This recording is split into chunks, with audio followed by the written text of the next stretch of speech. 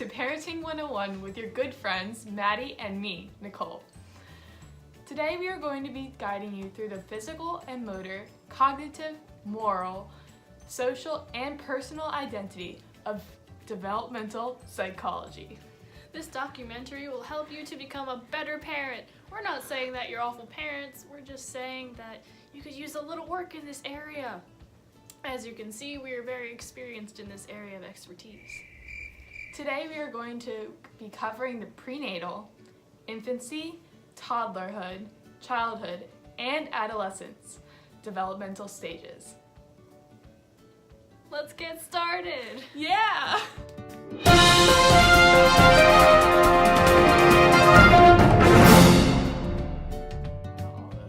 Alright, the first stage of typical human development is the prenatal stage.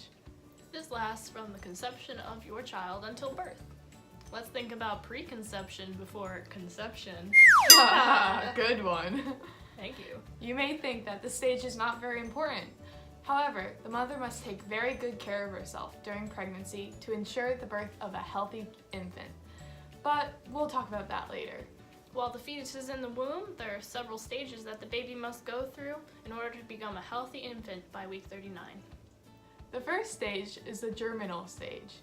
This is the first phase of prenatal development encompassing the first 2 weeks after conception. During this stage, the zygote is made during fertilization and splits cells. Secondly, during this stage, the placenta allows oxygen and nutrients to pass into the fetus from the mother's bloodstream and bodily waste to pass out to the mother. Wow, a lot of things can happen in a span of 2 weeks. Yes, now for the embryonic stage. The embryonic stage is the second stage of prenatal development, lasting from 2 weeks until the end of the second month. This is when all vital organs take their shape and when any birth defects and miscarriages occur. And the last stage is the fetal stage, which is the third stage of prenatal development, lasting from 2 months through birth. Now the baby is capable of physical movements and their senses develop. Wait, so is this why some parents talk or play music for their baby while they're still in the womb? Yes, some people believe that the baby will be more intelligent if they're exposed to audio stimulus while in the womb. Wow! Now we are going to interview a woman who is pregnant at 23 weeks. Goodbye then! Have fun!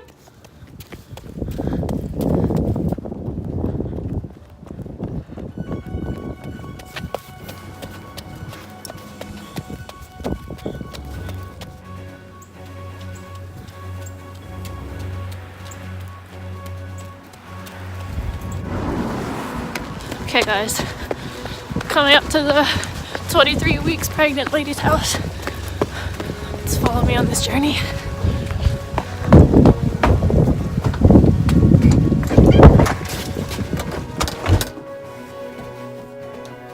I've just arrived at this woman's house. It's time to do an interview. Who are you? Hello ma'am, you appear to be pregnant. Do you mind if I ask you a few basic questions about how your pregnancy is going? Okay, I guess so. Sit down. All right. Amazing. Now, how many weeks pregnant are you? 23 weeks. Great. Now, what types of foods do you eat on a daily basis? Well, on a regular day, I try to eat healthy and eat lots of fruits and vegetables. I try to eat a healthy diet to make sure that my baby is as healthy as I am. Aw, how sweet. All right. Now, wonderful. What foods do you try to avoid or think will be harmful to your baby if you were to consume it? I've heard that I should avoid foods like sushi, drinks with caffeine, and other foods with high bacteria, such as raw eggs, like in cookie dough. Oh, I love cookie dough. And different types of shellfish. Oh, and I heard that I have to avoid alcohol too. I heard drinking alcohol can be very harmful for the baby. Yes, you are 100% correct, especially about the alcohol. Drinking alcohol while you're pregnant can be extremely harmful to the baby before it's even born. Fetal alcohol syndrome is a collection of congenital problems associated with excessive alcohol use during pregnancy. If you drink while pregnant, you put your baby at risk for having brain damage and growth problems. Wow. So continue to avoid alcohol as much as possible, because any amount you consume while pregnant puts your baby at risk. Oh no! I think my water broke. No! It's way too early for this to be happening. Don't worry, since you're now 23 weeks pregnant, you're in the threshold of viability. What does that mean? Well, at about 23 to 25 weeks, that means that the fetus reaches the threshold of viability. And that means that it could survive in the event of premature birth. That sounds great. Okay, now let's get me to the hospital. Here, let's go. Come on. Wow, the miracle of life. Now let's get to the next stage, infants.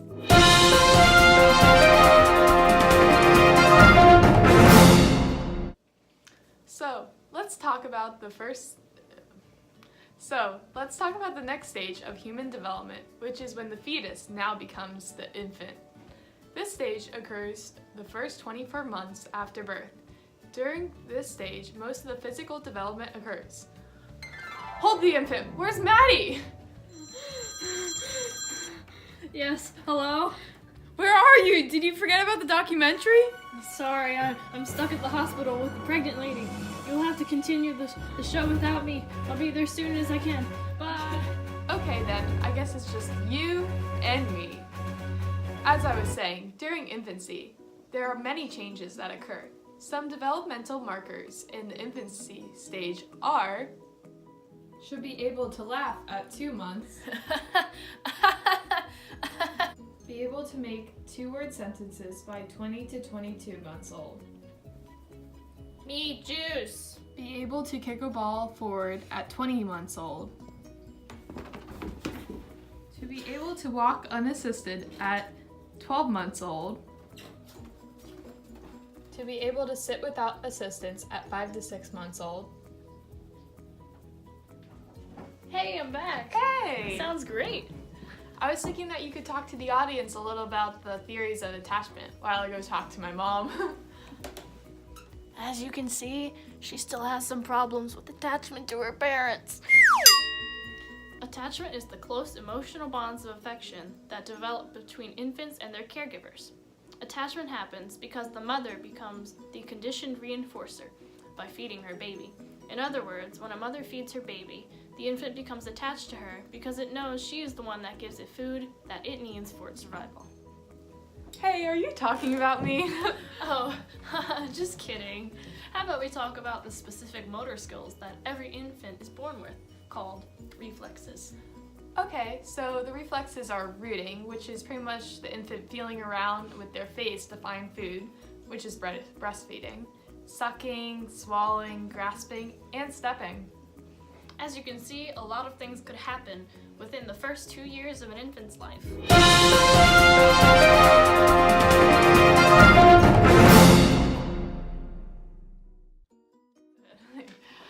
The next stage of development is toddlerhood. Toddlerhood lasts from 2 to 5 years. Some of the developmental markers of toddlerhood are to be able to pedal a tricycle at 2 years old, to feel ashamed at 2 or 3 years old, I'm sorry. to be able to stand on 1 foot for 10 seconds at 4.5 years old. 1, 2, 3, 4, 5, 6, 7, 8, 9, 10. Yay! According to Erikson's stage theory, during ages 2 to 3, he describes the stage as autonomy versus shame and doubt. This is when the parents start giving responsibilities to their children. The parent must make sure to give acknowledgement for their achievement so that the children will not feel doubtful of their accomplishments.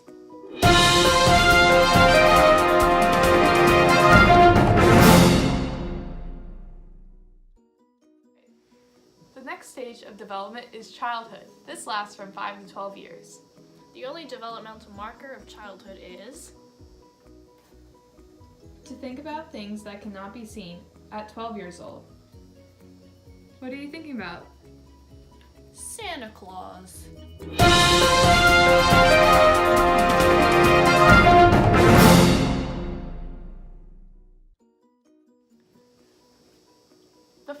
stage that we are going to be talking about is adolescence. Everyone's favorite stage. You know what that means. Puberty! One of the first physical changes found in adolescence is the adolescent growth spurt, which typically happens around middle school. Girls tend to start their growth spurt before boys. Some other physical changes that begin to occur within adolescence during puberty are the development of physical features that distinguish one sex from the other, but that are not essential for reproduction, such as breasts and facial hair. These are referred to as secondary sex characteristics. There are many other physical changes in the reproductive regions that begin to occur as well. But you're the parents here, so you've probably got this part down. Although there are many physical changes that occur in a blooming adolescent during this time in their life, there are also neurological changes that you may not be as aware of in your rebellious teenagers. Their prefrontal cortex is more developed than it's ever been, but still, it will not be fully developed until age 25. Also, other research has shown that elevated sensitivity contributes to the risky behaviors found in adolescence as well. This explains your angsty teens. And here approaches the end of our video. Hopefully you've learned a little something on how to be a better parent, from taking care of your pregnant self to understanding why your teens are so angsty. Let's end on a good note.